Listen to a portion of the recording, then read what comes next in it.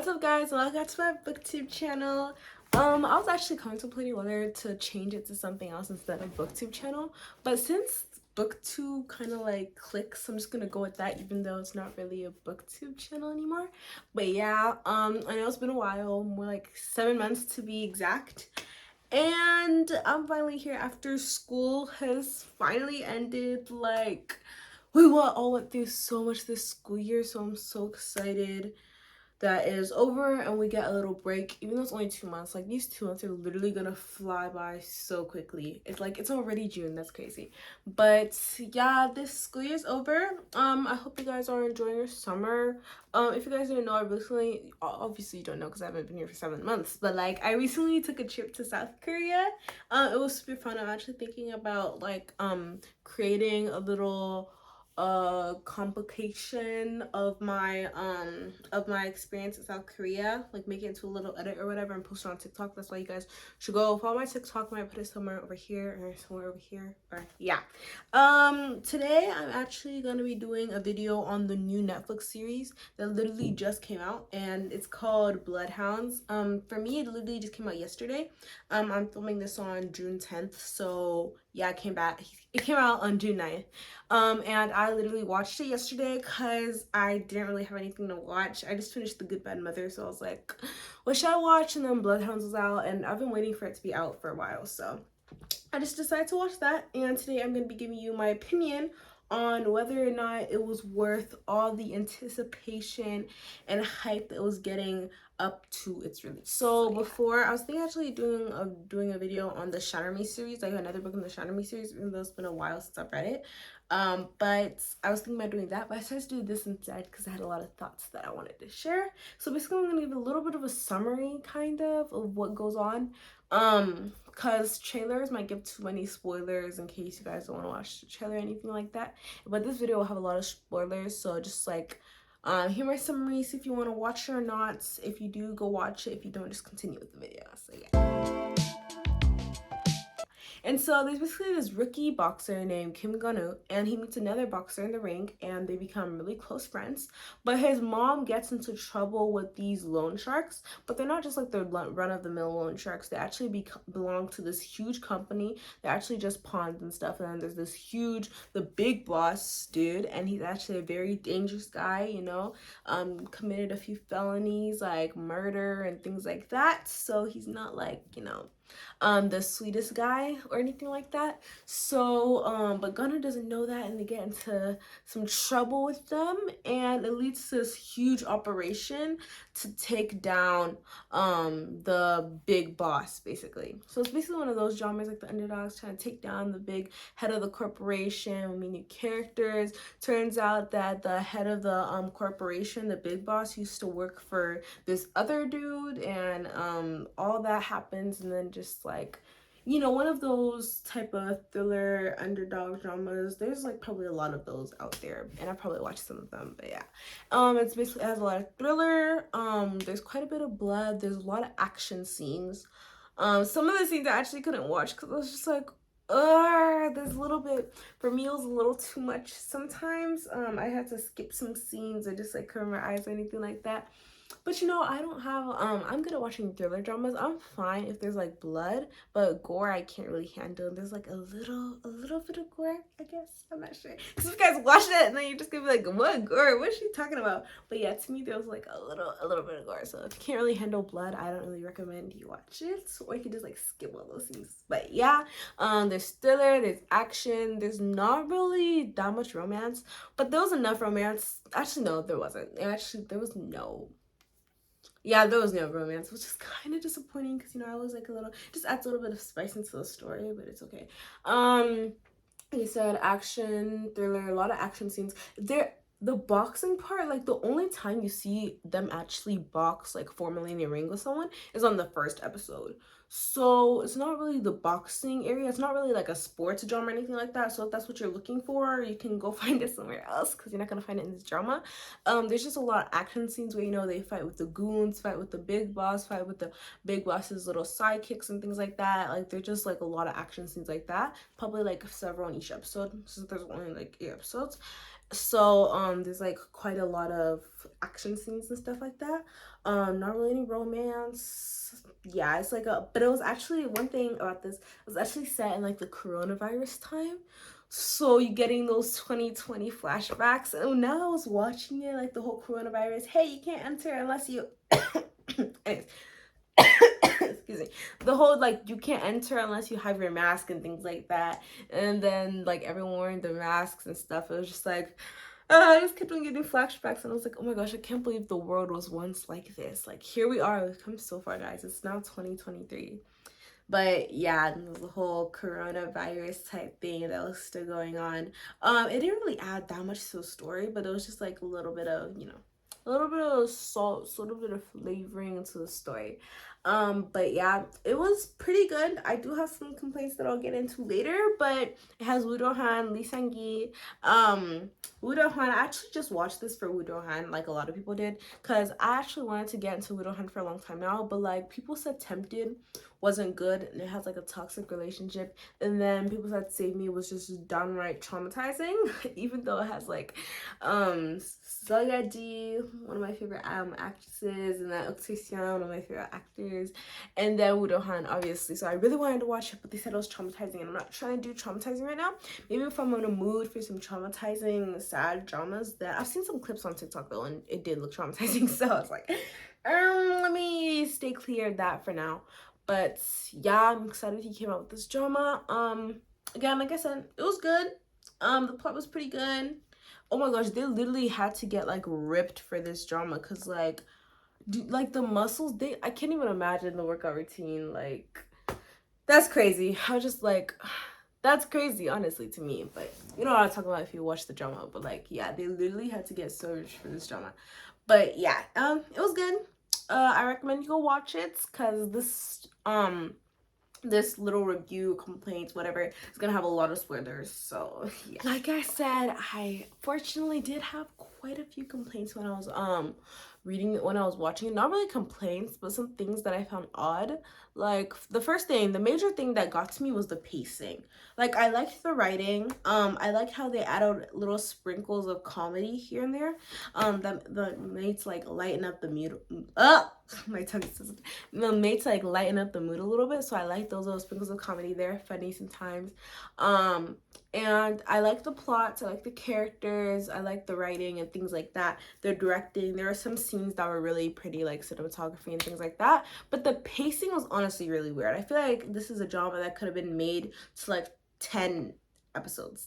I know 10 is a little bit of an awkward number for K-dramas, because they're usually 16, but if they're not 16, they're like 20 or 12 or 8 or things like that. So 10 is a really awkward number, but I feel like this drama would have been a lot better if there was like 10 episodes, because I feel like the pacing was so crunched. Like they had to fit everything into this like 8 episode limits, and I could tell, maybe it was just me, but I don't know, there's some scenes I was like, it was so sudden. Like one thing for me was at the end, like episode 8, like the very beginning of episode 8, when they introduced Min Jae, Kim Min Jae as Jaemin.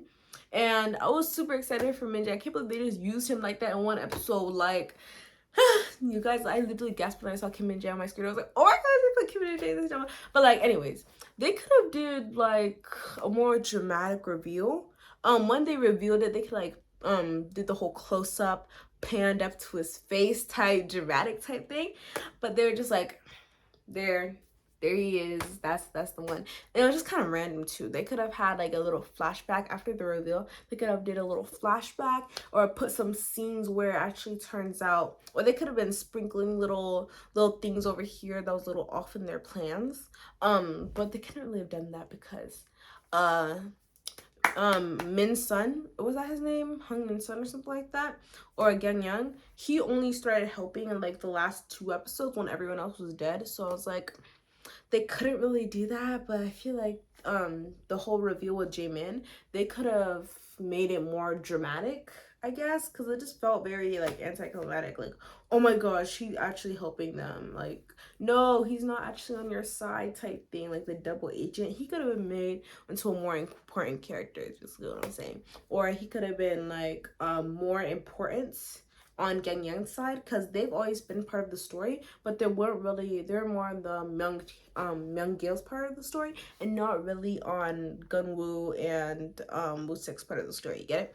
So I feel like he could have made him into a more important character, because like it's Kim and Jae, you guys have put his talent to more use, like, but that's okay.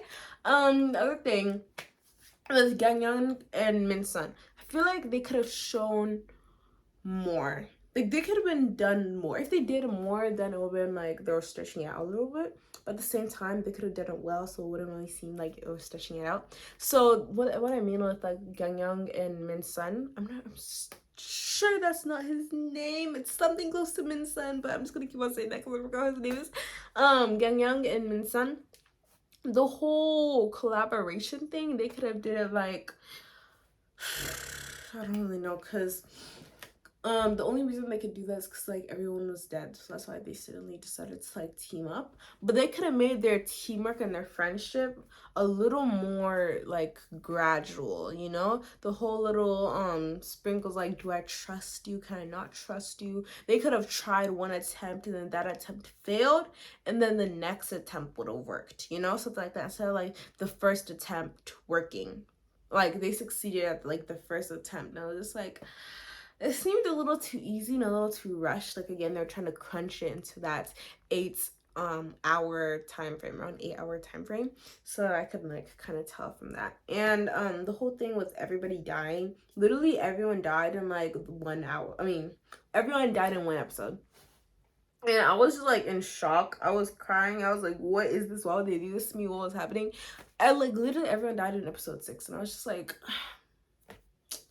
okay, because it was just I literally couldn't even believe it was real. I was like, is this like, are they gonna pull a Penthouse? Like, are they gonna come back to life or something? What is this? But no, they were actually like dead. And then the whole Hongju leaving, like she left, and then they added Mr. O's granddaughter at the end, and I was just like, if she's not gonna be important, she could just leave. Like, she's not needed. But I guess she kind of was important, because you know how Mr. O was kidnapped and stuff, and he was like the whole, I'm gonna go save my grandfather, and then he was like, oh, I can't let her break down like Hongju did. So like those parallels, I guess.